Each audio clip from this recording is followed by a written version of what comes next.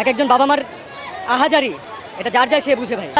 এর এর বিচার যতদিন পর্যন্ত না হবে ততদিন পর্যন্ত বাংলাদেশের কোনো মানুষ শান্তি পাবে না। কোটা আন্দোলন নিয়ে এবার মুখ খুললেন চিত্রনায়ক সিয়াম। আজকে চ্যানেল 24-এ প্রচার করা এক সংবাদ সম্মেলনে সিয়াম প্রতিবাদমূলক অনেক কথা বলেছে। দেশের এই করুণ পরিস্থিতিতে আস্তে আস্তে সকল শ্রেণীর মানুষই এগোচ্ছে, ছোট বড় সকল সেলিব্রিটিরাই আন্দোলনে যুক্ত হয়েছে। সাংবাদিকদের কাছে সিয়াম যেই বক্তব্য দেয় তা শুনে সকল নেটিজেনরা সিয়ামকে সাপোর্ট করছে।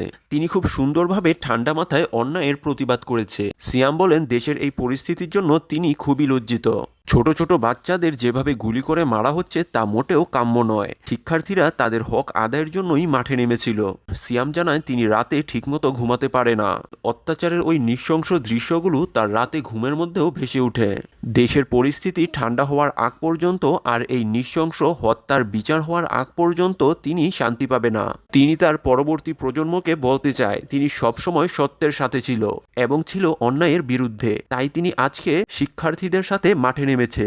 বাংলাদেশ যতই উন্নত হোক না কেন, এই হত্যাকাণ্ডের বিচার না হলে বাংলাদেশ কখনোই কলঙ্কমুক্ত হবে না। তিনি তীব্র প্রতিবাদ জানায় এই হত্যাকাণ্ডের বিচার হওয়ার জন্য। তিনি বলেন, যেভাবেই হোক এই হত্যাকাণ্ডের বিচার হতে হবে এবং ছাত্রদের হক আদায় করতে হবে।